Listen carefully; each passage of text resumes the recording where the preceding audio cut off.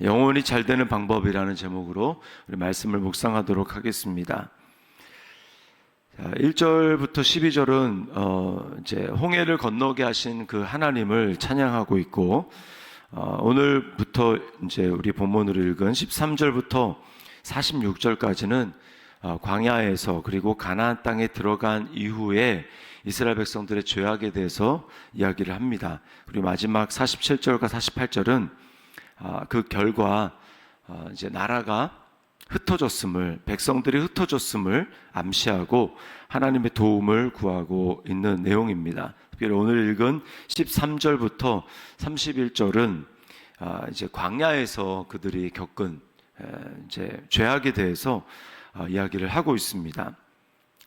자, 13절에 보니까 그러나 그들은 그가 행하신 일을 곧 잊어버리며 그의 가르침을 기다리지 아니하였다, 이렇게 이야기를 합니다. 그러니까 바로 앞에 있는 12절이 홍해에서 홍해를 건너게 하신 그 하나님의 기적과 그 하나님을 찬양했는데, 노래를 불렀다, 찬양했다, 이렇게 얘기를 했는데, 그러나 곧 잊어버렸다고 이야기를 합니다. 그리고 이제 어떤 일을 이제 행했는지 14절에 보니까 광야에서 욕심을 크게 내며 사막에서 하나님을 시험하였도다. 이제 광야에 들어가자마자 그들이 배가 고프다고 만나를 이제 배가 고프다고 했고 원망했고, 하나님이 만나를 그들에게 이제 내렸다라는 것을 보게 됩니다. 그러나 좀 더 지난 다음에는 또 만나가 이제 지겹다면서 고기를 먹던 시절 애굽을 그리워하는 이스라엘의 모습이 나옵니다. 또 물이 없다고 원망합니다. 하나님을 시험한다고 말을 하고 있죠. 자, 그랬는데 15절 말씀에 보면 하나님 이렇게 말씀합니다. 그러므로 여호와께서는 그들이 요구한 것을 그들에게 주셨을지라도 그들의 영혼은 쇠약하게 하셨도다. 그러니까 메추라기를 이제 하나님께서 내리셔서 그들이 고기를 먹게 하셨습니다. 그러나 그들이 마음속에 원하는 바 욕심이 이루어졌다고 해서 그게 그들이 만족하고 좋아할 것이 아니라는 것을 알 수 있습니다. 하나님이 그들의 원하는 것을 주셨는데 뭐라고 얘기합니까? 15절 끝에 그들의 영혼은 쇠약하게 하셨도다. 우리가 원하는 것을 얻은 것이 영혼에도 과연 좋은 것인가 라고 하는 것은 별개의 문제라는 것을 알 수 있습니다.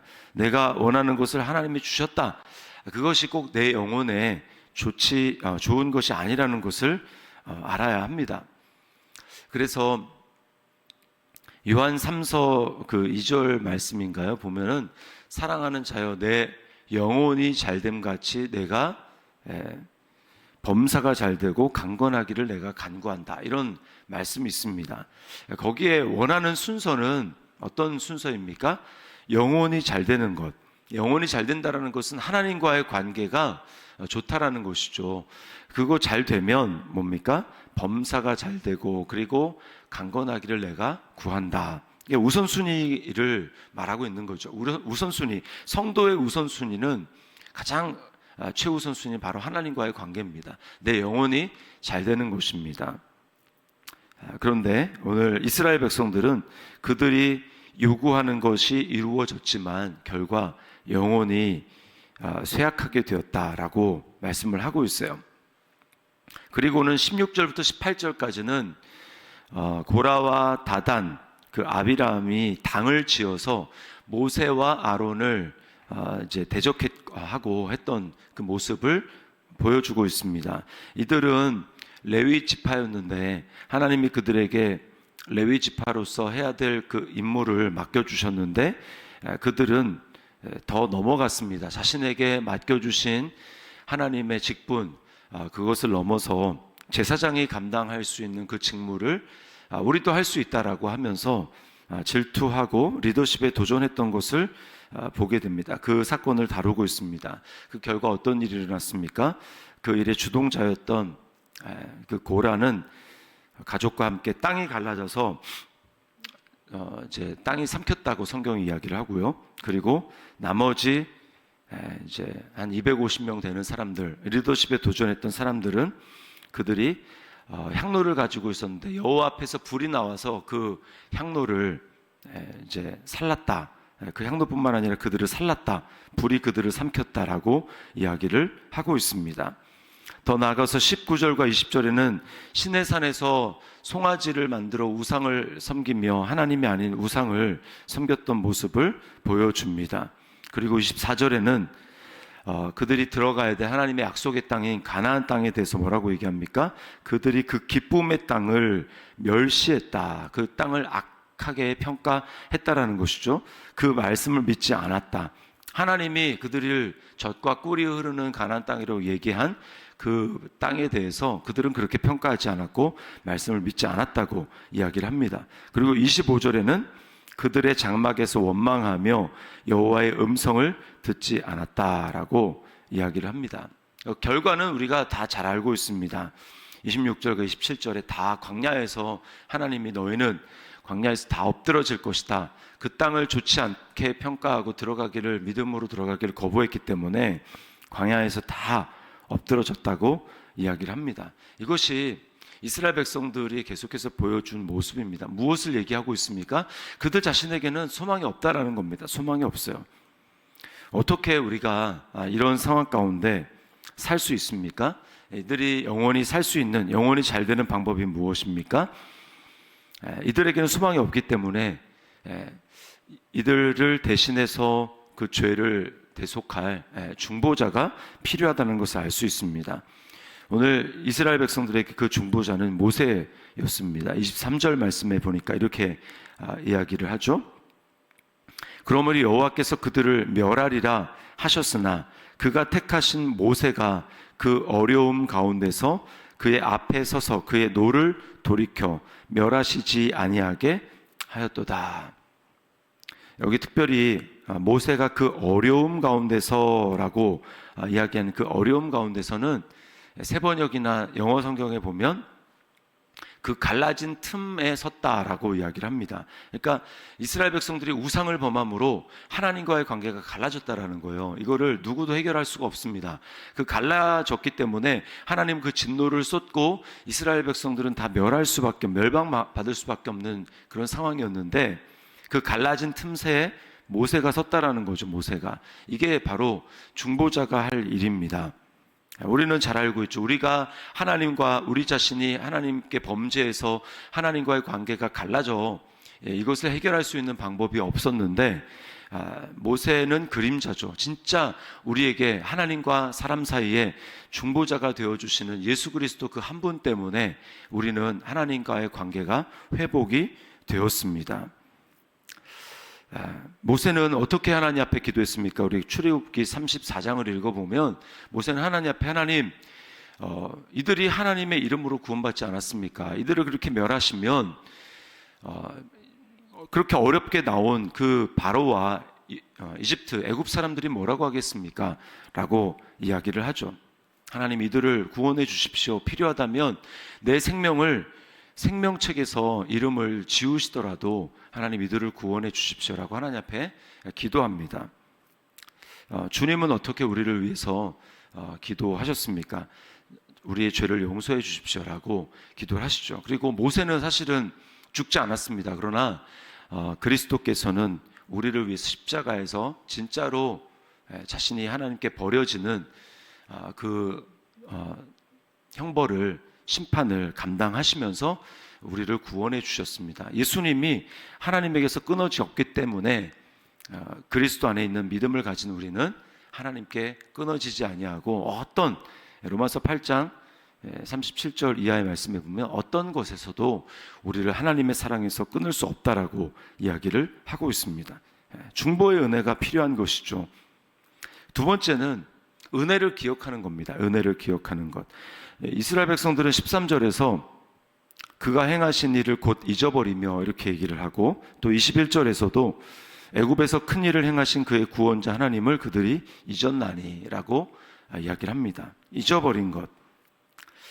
우리 힘으로는 기억할 수가 없습니다. 하나님이 나에게 얼마나 은혜를 베풀어 주셨나. 우리는 인간은 망각의 동물이기 때문에 또 자기중심적으로 기억을 재해석하기 때문에 우리는 하나님의 은혜를 잊어버립니다. 우리 힘으로는 기억할 수 없어요.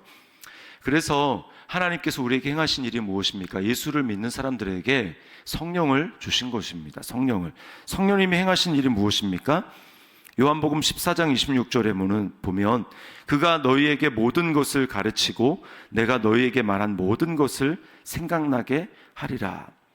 예수님이 가르치신 그것을, 말씀을 생각나게 하고 하나님이 우리에게 베푸신 은혜를 기억나게 하는 것이 누군가? 그게 바로 성령님의 역사라는 거예요. 그래서 성령님이 우리 안에 계셔서 끊임없이 우리로 하여금 하나님의 베푸신 은혜, 또 내게 베푸신 수많은 기도의 응답들, 감사해야 될 감사의 제목들, 그것을 기억나게 하시는 것입니다.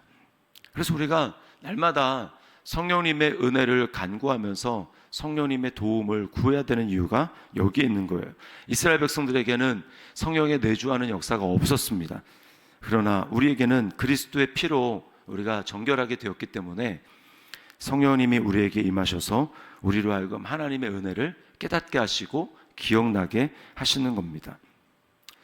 그리고 마지막 세 번째는 성령님의 인도하심을 받고 믿음으로 반응해야 된다는 것입니다.